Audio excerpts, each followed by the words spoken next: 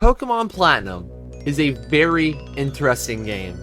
As the 9th mainline installment to the Pokemon series, and the 3rd improved version of Diamond and Pearl, this standalone game released after what I would like to refer to as a game completely saved by nostalgia. Seriously, Pokemon Diamond and Pearl are easily the most flawed Pokemon games ever created. But now, the problem for Platinum is it's supposed to be Diamond and Pearl, but also good. But now, a new question stands. Is Pokemon Platinum a good Pokemon game? Does it fix enough of the problems of the originals to not be considered bad or unnecessary? Similar questions were asked for the 3 games that served the same role that came before it. As this is a 3rd improved version of an existing game, it will share many stuff in common with the originals, and for that reason, it would be heavily recommended for you to have watched my previous video where I discussed Pokemon Diamond and Pearl in great depth, so I don't retread as much old ground. I will be breaking this critique into 4 parts: the minor story changes, improvements over Diamond and Pearl in terms of general gameplay, improvements over Diamond and Pearl in terms of the game flow post-game and region, and finally the 4th one will be in regards of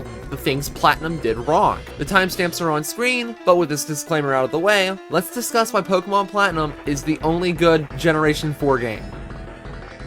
So as expected, the story wasn't messed with too much. In terms of Team Galactic, there are a couple more scenes where you encounter Cyrus in an effort to flesh his goals out a little more. So your first time seeing him will be on your first trip to Lake Verity shortly after you get your starter. You'll see him again at the Statue of the Legendary in Eterna City, and once again in Celestic Town after you drive out that grunt who wanted to bomb the town. And on the topic of Team Galactic, for some reason they added a new admin. This fellow's name is Charon, and he basically does nothing, not even named after a planet, breaks the entire name theme of the commanders. Regardless, this old-timer does jack squat for the whole main story, and only really comes into relevance in the post-game. Regardless, this game just does so much of a better job at fleshing out the evil team of this region. One of my favorite lines is when Cyrus basically refers to the rest of Team Galactic as useless, and how he's just using them to get his world exclusively for himself. Regardless, the climax of the story goes down a little bit differently, as Cyrus is able to use the red chain to summon both Dialga and Palkia to create his new world. And you just sit there and watch, and instead of actually trying to intervene to stop him. Luckily for the people of Sinnoh and you, the legendary Pokemon Giratina steps in an attempt to shut down Cyrus's plans. And that cutscene that everyone swore was the best scene in Pokemon ever. Cynthia shows up for no reason, and then you go with her to Distortion World in an attempt to put down Cyrus's plans once and for all. After playing what is basically one big puzzle and battling Cyrus, you confront Giratina, and you throw the Master Ball at that sucker! After doing so, Cyrus will basically come back and say that he's basically given up on your world, and he's going to stay in the Distortion World to find out the world's secrets so he can make his own world finally. And that is the end of Cyrus, as far as we know. Pokemon Diamond and Pearl never really told us what happened to him after the events of Spear Pillar. Now at least, Platinum tells us, so it makes the story a little more functional. And that's it for Team Galactic until the postgame. With Cyrus MIA, Charon now attempts to take Team Galactic on a mission to get the Magma Stone from Stark Mountain to turn it for a profit? While you only really get a rematch with Mars and Jupiter, it actually gives a purpose to the first trip to Stark Mountain before you can actually catch Heatran. But in the end, you stop his plans with help from both Buck, who is actually given slightly more of a purpose than last time, and the help of Looker, a member of the International Police who's been frequently showing up during your adventure. Frankly, he served more for comic relief in the beginning, but he does show his worth in the end. He's certainly a minor character, but one whose presence improves the game just a little bit. Your rival was given more of a character structure this time around. They put more emphasis in his goal to be like his father, and him wanting to be an apprentice to Wake, although Wake never consented to such a task. Overall, the story this time around was a success, for Pokemon standards anyways. Still nothing to write home about. However, now that the story is out of the way, let's begin on how this game actually managed to salvage the gameplay that Diamond and Pearl let to sink to the seafloor.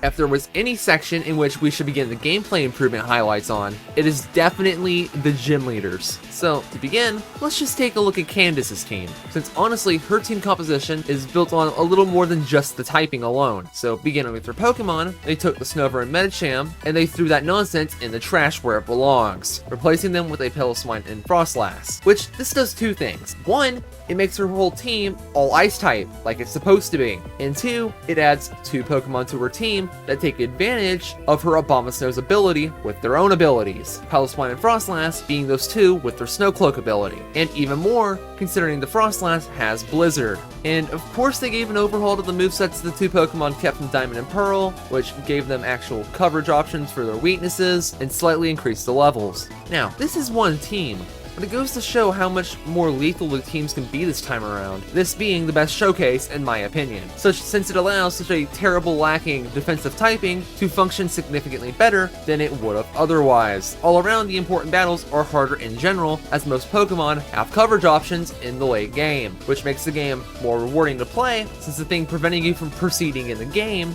isn't just the horrendous level curve. Seriously, I could spend 3 hours plus telling you reason after reason X fight is better because of Y reason, but that's besides the point. However, as important trainers are concerned, other than Candace, Volkner and Flint actually have teams of their specialty typing this time around, even if Flint's team is literally every fire type evolution line in the region. And speaking of 2 more fire types, I suppose we can speak about the Pokédex improvements here as well. Pokemon Platinum adds an additional 59 Pokemon to the Pokédex, since technically Manaphy was in the regional dex of Diamond and Pearl. But as highlights for new additions, we have all of those pesky Gen 4 evolutions to old Pokemon finally, excluding Mismagius and Honchkrow as obtainable Pokemon because they had to be version exclusives to Diamond and Pearl because Game Freak is scummy. Other highlights involve 3 additional fire types, 4 additional electric types, and 4 additional ice types. And on a funny note, they only added 1 new water type,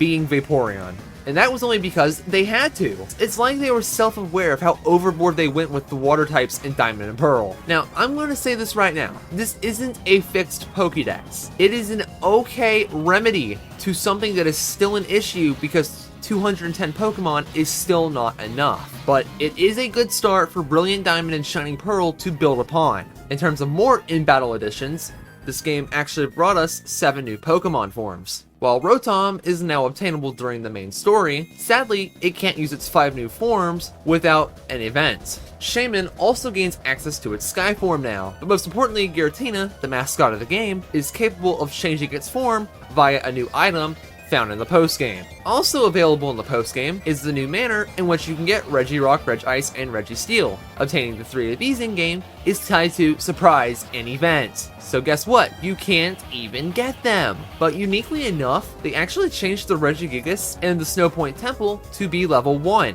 Adding on, the legendary trio of Articuno, Zapdos, and Moltres can be found after obtaining the National Pokédex, as well as Dialga and Palkia. But the weirdest part about the post-game is the fact that you can find Wild Magikarp up to level 100. Honeytrees received a minor fix. They removed Silcoon and Cascoon from the encounter pool. Therefore, theoretically, it should be easier to get the exclusive Pokemon to the Honeytrees, despite the fact Wurmple isn't quite removed itself. Some trainers now actually use the Ball Seal feature on their Pokemon, which I guess is neat, since most people will actually never bother using the feature. Pokemon Platinum also did an interesting thing, where they actually changed the Shiny Sparkle mid-generation. While it's only a minor change, it would remain the same going into Heart Gold and Soul Silver. And this is a very, very minor change that most people won't notice. Moving towards actual gameplay additions, the post-game in this game made the amazing decision to include the Gym Leader rematches introduced in Emerald, while also including the Elite Four Round 2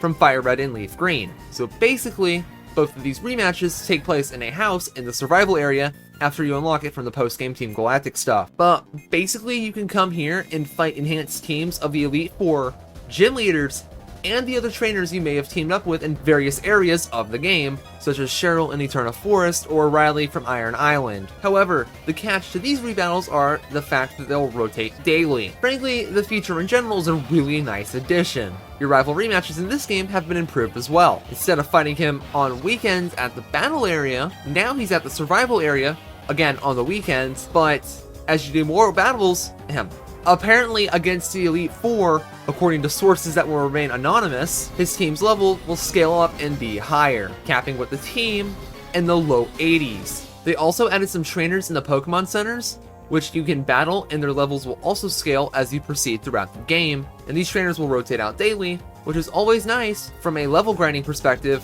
where the VS Seeker might not be as helpful. Returning, kind of, is the Battle Frontier from Pokemon Emerald, but not really. So now instead of just having the Battle Tower from Diamond and Pearl, they decided to bring back the Battle Factory from Emerald for some fan service. But they also added 3 new additions, being the Battle Arcade, the Battle Castle, and the Battle Hall. However, I'll only be talking about the new 3 here. Starting with the Battle Hall, this challenge involves you choosing a single Pokemon, 2 of the same Pokemon if you're in doubles, and then you have to fight a variety of Pokemon from types of your choosing, with battles becoming harder over time. At a certain point, you will be locked out of choosing a certain type, so some strategy and planning may be necessary. Next up is the Battle Castle. This challenge, similar to the Battle Tower and the one we'll speak about in a second, involves you choosing 3 of your Pokemon and going for a win streak of 7. The catch here is your Pokemon don't heal after every battle, and instead, you get currency after each battle to spend between the likes of healing and or held items. And the final battle building, being the Battle Arcade, this one is basically the Battle Tower,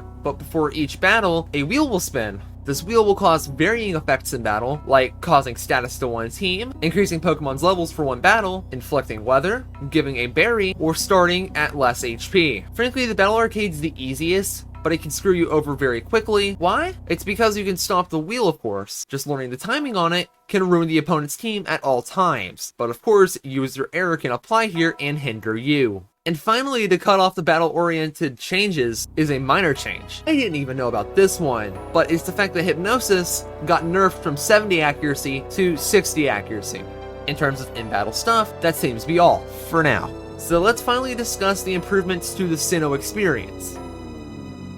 In various parts of the region, Sinnoh got a makeover. Whether it's visually or the play space being changed, the region this time around looks drastically better. Whether it's snow around many grass parts of the region, to the shade being casted through the trees of Eterna Forest, or even the lava outside of Stark Mountain. In terms of new locations, we only got one, being the Distortion World. While there are no encounters excluding Giratina here, it's a place nonetheless. And adding on to the main story locations, we only additionally get access to the Send-Off Spring. So in terms of actual gameplay progression, quite a few things were changed around. For starters, the Happiny egg in Hearthome City was cut and replaced with a Togepi egg in Eterna City, which actually gives the egg value, since Chansey is literally one route over from getting the Happiny egg in Diamond and Pearl, which completely killed most of the value it had. And in terms of gift Pokemon, a Porygon was also added to Veilstone City, and the Eevee from Diamond and Pearl's postgame in Hearthome City is now able to be gotten during the main story. And another change to Hearthome City is the fact that Fantina's gym is now the 3rd gym you have to fight, and this time around, they made sure it was impossible to do the Pastoria City gym before the Veilstone City gym without glitching, which in turn linearizes the game so the level cap is significantly less of a problem. And as well, it removes potential backtracking should you do those 2 gyms out of order. A few gyms and areas have been redesigned this time around. The gyms being the Eterna, Hearthome, and Veilstone City gyms, as well as Acuity Lakefront, the Team Galactic bases in Eterna and Veilstone City, the exterior to Stark Mountain, the Amity Square, small addition to the department store, and the Safari Zone. Of course, there were a handful of places with smaller changes, like the Pokemon League building, but frankly, those differences made zero impact on the game and are more just cosmetic. There's also very minor stuff like the entrance to Victory Road being a wee bit wider, or the Amity Square entrance having a sign now, and other small changes. Another thing added was some new move tutors. Unlike what we've seen in Fire Red, Leaf Green, and Emerald, these move tutors are infinite use, but at a cost. These tutors want shards. Yes, those useless collectibles that come in red, blue, green, and yellow. Basically, this just serves as a reason to get you to go to the underground. Yes, I am aware that some shards have been added to the overworld, but let's be real, those aren't going to get you much in return. Also, the game decided to move the Strength TM to Iron Island, which is certainly more of a relevant location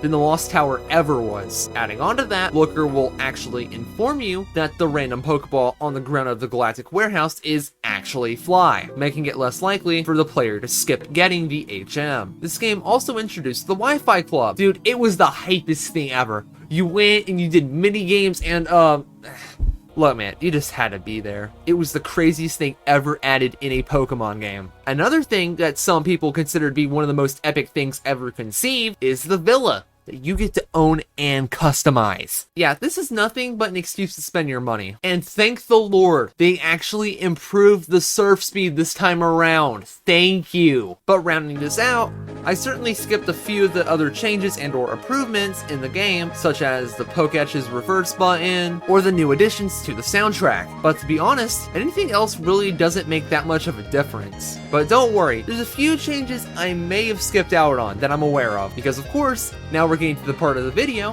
where I get to speak about what Platinum did wrong. Alright, so in terms of things Platinum got wrong, it's not too much, but it's still enough to be annoying. The first thing Platinum got wrong is the post-game requirements. While in Pokemon Diamond and Pearl, unlocking the post-game sucked because you needed to see all 150 Pokemon in the Pokédex, Platinum did not remove this annoyance. But as I mentioned earlier, the Pokédex is now 210 Pokemon, which means there's even more Pokemon you have to track down to unlock the post-game. It only adds more tedium if you actually want to have the post-game opened on your save file. Whether it's tracking down random bugs for Dialga, Palkia, and Manaphy, or waiting till nighttime to encounter Rotom, or even scouring the entire region to find the one random trainer with a Porygon 2, it is only pain. And this is still riding off the fact that most people will actually catch Uxie and Azelf because duh, they're gonna catch the legendaries. So then you have their catch rates to also worry about for the second game in a row, before getting to do the stuff that you actually want to do. Moving on, the Safari Zone's layout is now dreadful. So in an effort to make it look more swamp-like, they went off and redesigned the damn place to have more swamp tiles to slow you down. And plus, there's no reason to come here anymore. But not like it was even mandatory in Diamond and Pearl, because defog was still optional, but it was a niche. Anyways, earlier I mentioned how the HM for strength was moved. Well, the problem is, if you don't know that in advance, since the game will never tell you prior to reaching the Lost Tower, you'll likely go to the Lost Tower in an attempt to find the HM. But surprise, there's fog here now, and the people on the top floor will not talk to you if the fog is off. So, after backtracking, coming into Solaceon Town, and being told by your rival that defog is in the Solaceon ruins, you'll go through that maze, hoping to get the rare candy to sweeten up the trip. However, that rare candy was removed for defog itself, so all you're getting now is an optional HM. Next, you'll come back to the Lost Tower and be completely disappointed because all of that was a waste of time, and the people there just give you items that aren't important. Regardless, even once you reach Canalave City, you aren't even told directly that strength is on Iron Island. You are just given a suggestion that you should go to Iron Island and train. And this is the same game that made sure that they told you where the Fly HM was. And speaking of which, why isn't Rock Climb given to you? Sure, it remained untouched, but Maylene talks to you the moment you enter the route. She could easily hand you the HM, and you'd never be concerned about skipping it. Anyways, the pace of Pokemon Platinum's definitely better than Diamond and Pearl's. However, there's one issue: the Distortion World. This place just serves as a major pace breaker, not in terms of leveling, but in terms of playtime, as it can hit you up as much up to 6 times, asking you if you want to use Strength, because of course Strength is no longer in use after you ride the elevator. Regardless, even if that little annoyance isn't an issue, can we all agree that the lag in some areas is atrocious? Like, I get that it took a lot for the DS to run the game, but how did this ever become a problem that wasn't dealt with before the game released? Whatever. If we're going to talk about the Distortion World, I should mention the only item here, the Grisius Orb. This item is both nice and annoying. See, in Gen 4, similar to the Rotom forms, if you try to take a Pokemon holding this item to the Union Room to trade it, it will automatically be unequipped. Like, I understand that they didn't want you to send an invalid item to Diamond and Pearl, but this completely blows. Because if you want this in Heart Gold and Soul Silver, which you can't without an event, that means you are basically screwed. Which also means you only get one per save file on Platinum ever. But finally, one last nitpick. Returning from the Distortion World can be an issue. Not because of Giratina itself, but because Cynthia gives you the most pointless line of text ever, saying that you should go visit the professor. The issue is, like with the rival talking about going to Iron Island,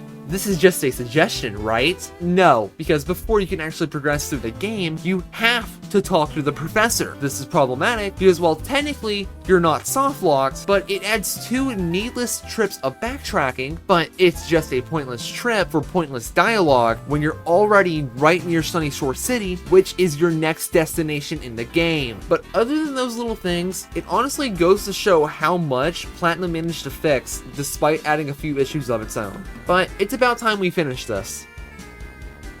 Now we're at the end of the Generation 4 mainline games. It is time to give a score for this definitive Sinnoh experience. While patching up many holes that Diamond and Pearl initially had, and sure, like all games, it's not perfect. This game still has issues with backtracking, grinding, and a Pokedex problem, but the game either fixed or improved a lot upon the content that's already in the game. A game of getting it right the second time around. This is a third improved version done correctly. No corners were cut this time around, like the other ones prior. And quite frankly, this game was in fact needed. But with all of this said and done, it's time to quit stalling. My final score for Pokemon Platinum is a 7 out of 10. A great Pokemon game.